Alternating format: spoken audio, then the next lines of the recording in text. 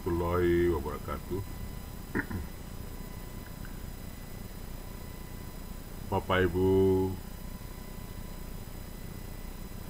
yang dirahmati Allah,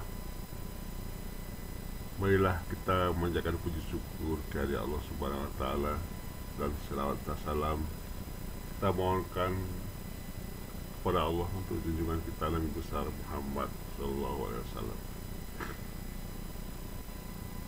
Bapak Ibu, pada sesi ini kita akan membahas tentang adat Minangkabau dan Kewi dilihat dalam perspektif kajian tasawuf.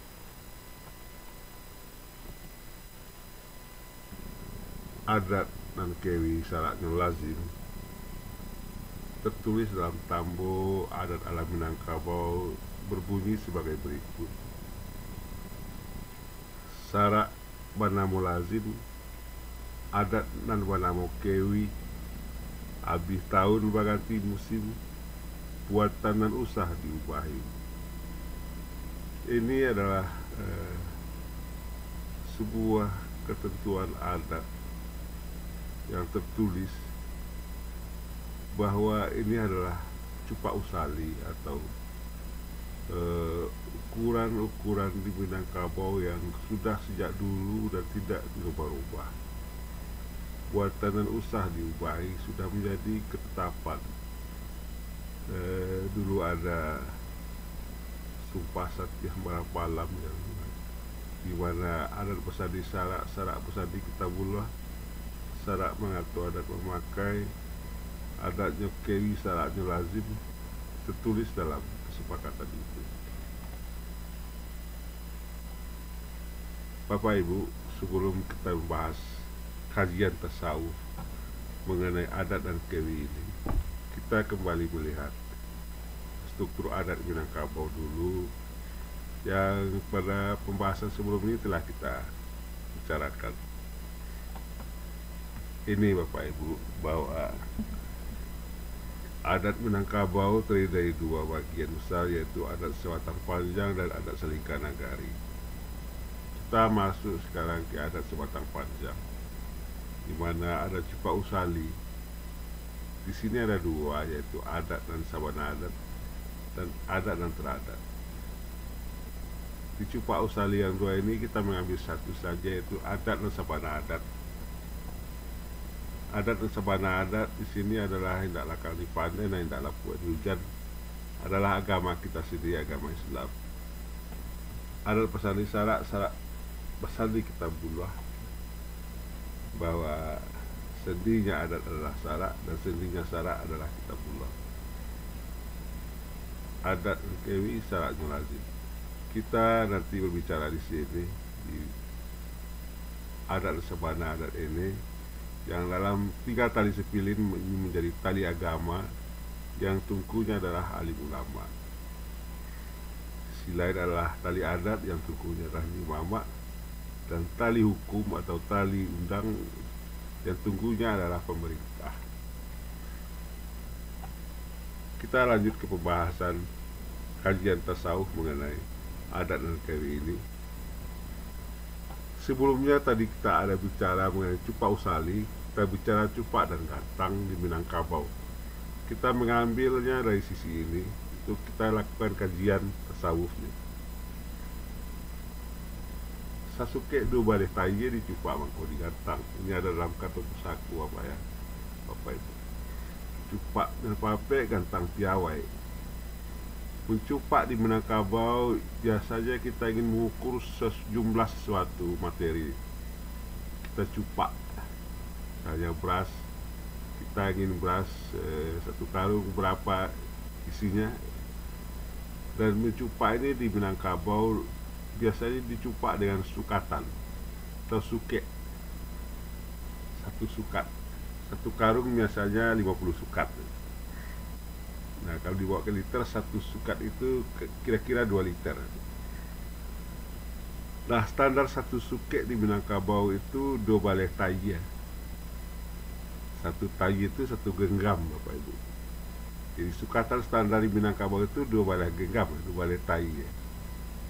Itu standarnya. Kalau mau membuat sukatan besar, mengacu ke sukatan kecil ini. Dari kalau di Minang ada istilah cupak di barang menggalih ya, ini cupak ini nih maksudnya.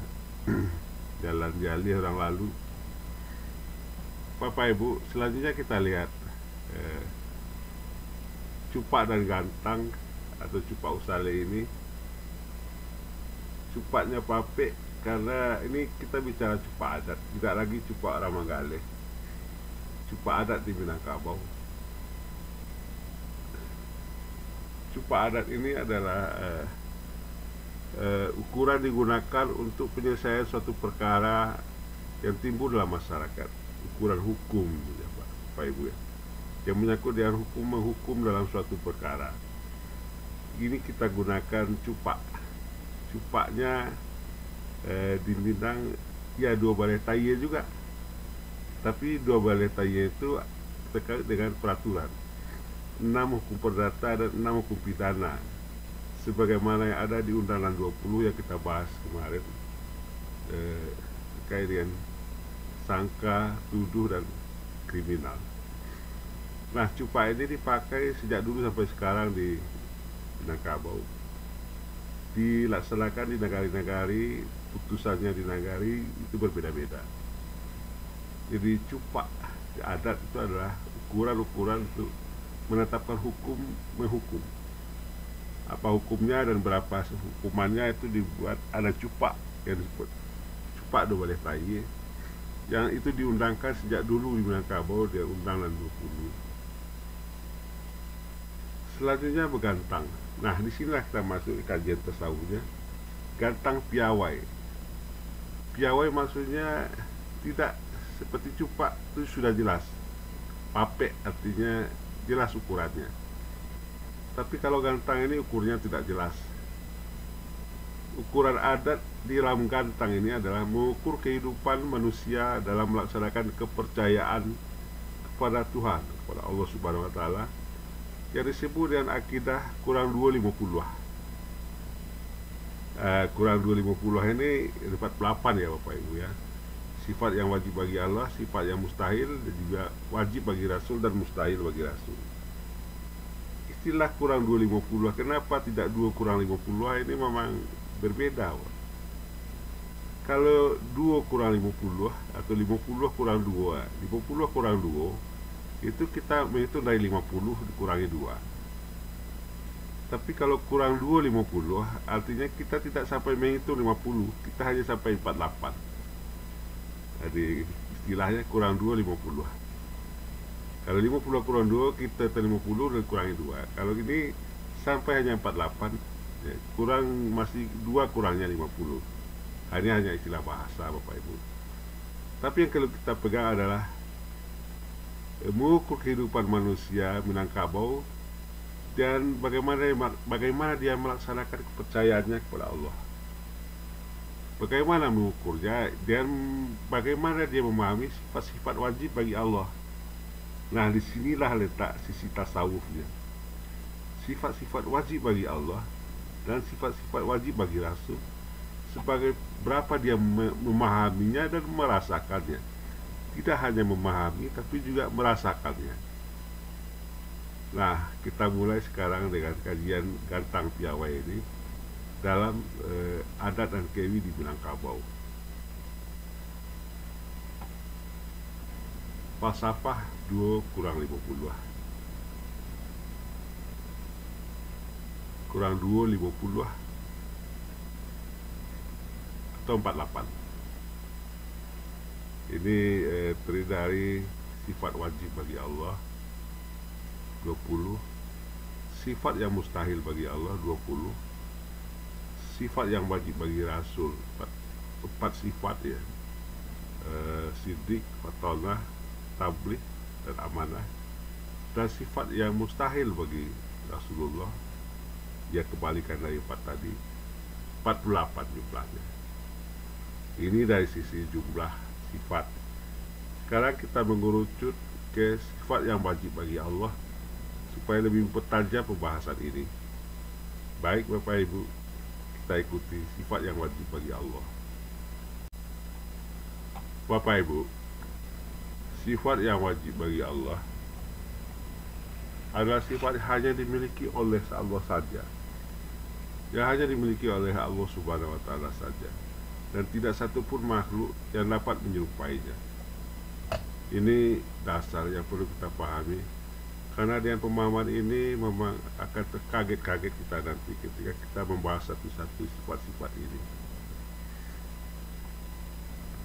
Sifat 20 dalam tataran ilmu hakikat.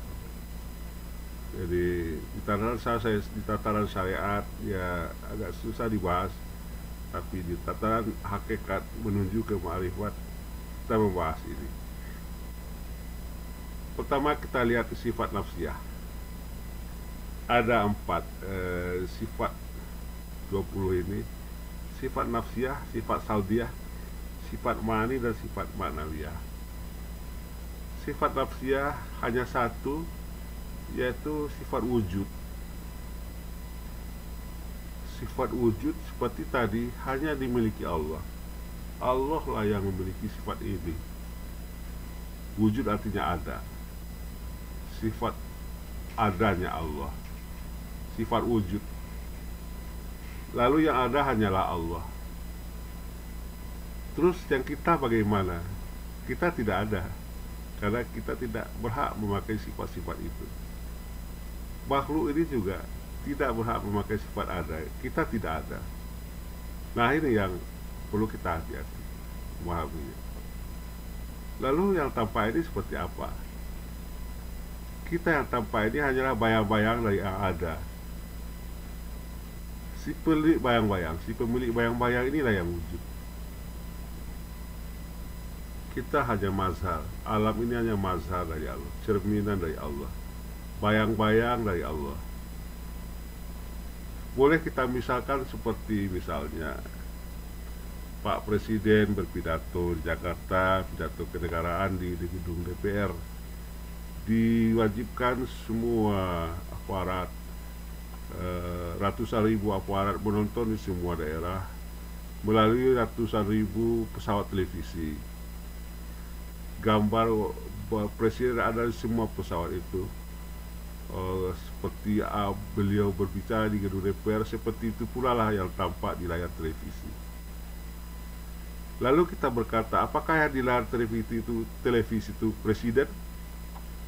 Tidak, Presiden sedang di gedung DPR. Lalu yang di layar televisi itu siapa? Itu bayang-bayang Presiden. Bayang-bayangnya itu tidak ada, hanya bayang-bayangnya. Lalu apakah sama gerak bayang-bayang di televisi dengan yang di DPR itu? Presiden di DPR sama, geraknya sama, sifatnya sama, tapi yang wujudnya itu ada di gedung DPR. Yang di layar televisi itu ratusan ribu buah itu bayang-bayang. Itu jugalah kita Bapak Ibu. Kita hanya bayang-bayang dari Allah. Kenyataan dalam bentuk bayang-bayang. Semua alam ini adalah bayang mazhar Allah. Sifat wujud hanya ada pada Allah. Nah, ketika si bayang-bayang ini merasa wujud, di sanalah masalah syiriknya. Sampai-sampai beberapa ulama sufi mengatakan, jangan sampai tampak adanya diri, supaya jangan merasa wujud. Merasa diri ada adalah sebuah kehinaan, sebuah syirik yang kafir, syirik yang tersembunyi. Bapak Ibu, berbicara mengenai sifat ini, kita harus memahami beberapa sebelumnya terlebih dahulu. Mungkin tidak bisa kita bahas di forum ini secara detail. Kita harus memahami 4 jalan menuju mengenal Allah, yaitu tauhidul afal, tauhidul sifat, tauhidul zat, dan sebelumnya ada tauhidul asma. Itu sifat wujud Allah yang hanya milik Allah. Selanjutnya sifat salbiyah. Sifat salbiyah yang mustahil Allah tidak punya ini. Sifat kidam, dahulu tiada awalnya, seperti tertulis di surat Al-Ikhlas, dia tidak diperanakkan. Itu berarti tidak, tidak mungkin ya diperanakkan, tapi artinya itu dia lebih awal. Tidak diperanakkan itu maksudnya dia lebih dahulu tiada awal. Sifat baqa, kekal, tidak beranak, istilah dia tidak ada ujungnya. Mukhalawatul hawadis, berbeda dari ciptaannya. Dia bukanlah sesuatu, dia ada, tapi bukanlah sesuatu, tidak bisa diraba, dilihat, dibayang-bayangkan. Kalau sesuatu yang bisa dibayangkan itu bukan, itu pasti menyerupai. Kalau sesuatu bisa dipegang, dilihat, pasti menyerupai. Qiyamu binafsi, berdiri sendiri, tidak bersekutu, tidak berserikat, wahdaniyah esa. Nah, 5 sifat salbiah ini menjadi sifat Allah, tidak dimiliki oleh makhluk. Kemudian 7 sifat ma'ani. Ini yang perlu kita bahas lagi. Jadi sering kita dibahas di suluk-suluk pengajian-pengajian tarekat. Sifat ma'ani adalah sifat Allah yang menyata pada insan. Jadi bisa kita lihat di surat Al-Mulk ayat 23, As-Sajdah ayat 9. As-Sajdah ayat 9 berbunyi, dan telah sempurnakan kejadian di rahim ibunya, kemudian kutiupkan rohnya dariku. Dengan itu dia bisa mendengar, melihat, dan berkehendak atau punya hati. Dengan adanya roh, bagian dari dia yang dia tiupkan, manusia atau insan kemudian bisa mendengar, melihat, dan berkehendak. Roh itu wujudnya adalah nyawa. Dia nyawa itu, bentuk dari roh adalah nyawa. Roh adalah bagian dia. Dia nyawa itu orang bisa berkehendak, bisa melihat. Itu adalah dia. Sifat-sifat ini meliputi sifat hayat, hidup, sifat basir melihat, basar, sifat sama mendengar, kalam melihat, berkata-kata, kudrat, kuasa, iradat berkehendak, dan berilmu atau mengetahui. Sifat-sifat Allah yang menyata di diri manusia. Maka dikatakan manusia itu insan yang kamil, insan sebaik-baiknya. Karena ada sekian jenis makhluk, termasuk malaikat, yang memiliki 7 sifat Allah ini. Hanya manusia yang menyata sifat Allah pada makhluk yang sempurna, hanya kepada manusia. Kepada malaikat tidak sebanyak ini. Malaikat tidak punya sifat iradat. Hewan juga tidak mempunyai sifat alimun, mengetahui. Jadi yang paling sempurna adalah manusia. Wa khalaq, Allah menciptakan manusia dengan sesempurna-sempurna bentuk. Fi ahsani taqwim. Ini kesempurnaan manusia, sehingga Allah berfirman dalam hadis qudsi, sesungguhnya insan itu adalah rahasiaku dan aku adalah rahasianya. Rahasia itu adalah sifatku, sifatku itu adalah aku. Jadi sifat-sifat Allah yang menyata pada manusia itu sifat Allah. Mendengar, melihat itu Allah. Jangan pula kita merasa yang melihat, karena itu sifat dia yang menyata pada diri kita. Pahami ini baik-baik, karena ini memerlukan pemahaman yang dasar pemahaman yang kuat tentang ini. Nah, selanjutnya dari sifat ma'ani ini bertalazim ke sifat maknawiyah. Sifat-sifat maknawiyah Allah, sifat yang wajib bagi Allah terkait dengan sifat ma'ani ini. Hayat hidup, yang hidup hayun. Sifat hidup di kita, tapi yang hidup itu adalah Allah, hayun. Sifat melihat kita, kita punya mata, alat mendengar, melihat, penglihatan di kita. Tapi yang melihat adalah Allah, basirun.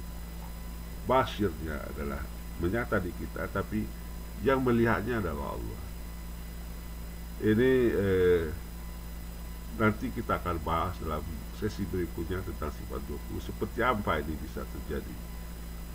Al-insanu siri, wasiri, wasifati, la khairi. Insan itu adalah rahasiaku, dan rahasia itu adalah sifatku. Sifatku itu adalah aku. Bapak Ibu, demikian juga dengan sifat berkata-kata. Sifat berkata-kata atau kalam dalam sifat ma'ani yang menyata kepada insan eh, dengan alat pendengar berkata-kata yang dibuat oleh Allah. Alat itu diletakkan di jasad kita yang bernama lidah, sehingga bisalah lahir kata-kata. Tapi yang berkata-kata siapa? Yang kalamun secara maknawiyahnya Allah. Sifat maknawiyahnya berkata-kata itu adalah Allah. Seperti radio, keluar suara di radio sebuah ceramah yang dikirim dari sendernya di sentralnya, di pusat penyiarannya radio RRI Jakarta. Apakah yang berkata-kata itu radio tempat kita dengar itu? Tidak ada orang di dalamnya. Yang ada hanyalah alat-alat saja. Tetapi yang berkata-kata ternyata yang di Jakarta. Ustadz yang di Jakarta itu yang berkata-kata. Kalamunnya di Jakarta. Dan radio itu hanya alat, diberi pasangi alat untuk receiver mendengar, menangkap. Kita hanya alat-alat atau receiver. Jangan merasa berkata-kata. Ini juga perlu kita pahami secara utuh. Kudrat juga demikian. Sifat kuasa kita dengan indera tangan kaki ini, kita diberi energi, itu hanya alat-alat dipasang di tubuh kita. Tetapi yang berkuasa itu adalah Allah. Qadirun. Kaki tangan ini tidak bisa apa-apa kalau nyawa sudah, kalau dia sudah pergi. Aku sangat dekat, dan lebih dekat dari lehermu. Ya, nyawa itu adalah aku. Jadi kalau Ama bertanya tentang aku, katakanlah Pak ini Korin, saya sangat dekat, aku sangat dekat, bahkan lebih dekat dari berat lehermu. Yaitu nyawa. Nyawa itu adalah wujud dari roh. Operasional dari nyawa itu adalah nafas dan detak jantung. Iradat sama juga dengan kudrat. Berkehendak itu hati. Alat berkehendak itu hati, tapi yang berkehendak itu ya Allah. Jangan merasa berkehendak. Sifat 20 ini memang harus dipahami dengan latar belakang di tataran hakikat. Jangan melakukan pendekatan syariat, tidak akan ketemu. Sifat iradat menggunakan alat hati, heart bahasa Inggrisnya. Tapi yang berkehendak, yang muridun itu adalah Allah. Secara maknawiyahnya Allah. Mengetahui juga, berilmu. Alat dipakai di jasad kita adalah otak. Kita bisa berpikir, tetapi yang berilmu itu adalah Allah. Jadi Bapak Ibu, ini bertalazim antara sifat ma'ani dengan sifat-sifat maknawiyah ini. Sekali lagi pembahasan ini akan kita coba di sesi-sesi berikutnya secara detail satu persatu, dan ini memerlukan pemahaman yang kuat. Beberapa pemahaman yang terkait dengan ini perlu kita bahas terlebih dahulu agar sifat yang 20 ini bisa dipahami secara utuh. Bapak Ibu, pendekatan tasawuf terhadap ajaran, kembali ke topik tadi, keterkaitan antara adat ala Minangkabau yang kewi ini dengan tasawuf adalah dalam pendekatannya ke Cupak Usali yang ada di adat Minangkabau. Ada dua cupak. Cupak Usali inilah yang memuat tentang konsep bagantang atau gantang adat, yaitu kurang 250 tadi, di mana dia memuat sifat-sifat Allah dan sifat-sifat Rasul, dan ini diukur bagi setiap anak Minangkabau bagaimana pemahamannya tentang ini yang membentukkan kehidupan bertuhannya. Ya, ukuran-ukuran ini piawai karena rasa, tidak seperti cupak dua balai tai ada aturan-aturan patokannya. Ini rasa ini susah diukur karena yang mengukur adalah masing-masing. Rasa keberadaan Allah melalui sifat-sifat wajibnya pada diri setiap orang Minangkabau. Inilah pendekatan tasawuf, dan kalau kita lihat begitu tingginya adat Minangkabau yang banyak sekali anak negari tidak tahu bahwa adatnya itu sangat tinggi, nilai-nilai adatnya itu sangat tinggi, dan inilah yang membuat dia kewi, kuat. Bapak Ibu, sebetulnya mengaji sifat 20 ini sudah menjadi budaya, sudah menjadi tradisi orang-orang tua di Minangkabau dulu. Sampai sekarang banyak kegiatan mengaji duduk atau mengaji trekat atau suluk di Minangkabau, banyak sekali di surau-surau, di tempat-tempat guru, mengikuti petunjuk kaidah-kaidah yang sesuai dengan tarekatnya masing-masing. Di Minangkabau banyak tarekat suluk, tarekat ngaji duduk ini, seperti tarekat Satariah paling banyak, tarekat Saman, tarekat Nasbandiah, dan sebagainya. Pada umumnya adalah mengaji tentang sifat 20, yaitu melekat dengan adat dan kewi di Minangkabau. Antara adat dengan agama itu seperti kita katakan kemarin, tidak bisa dipisahkan.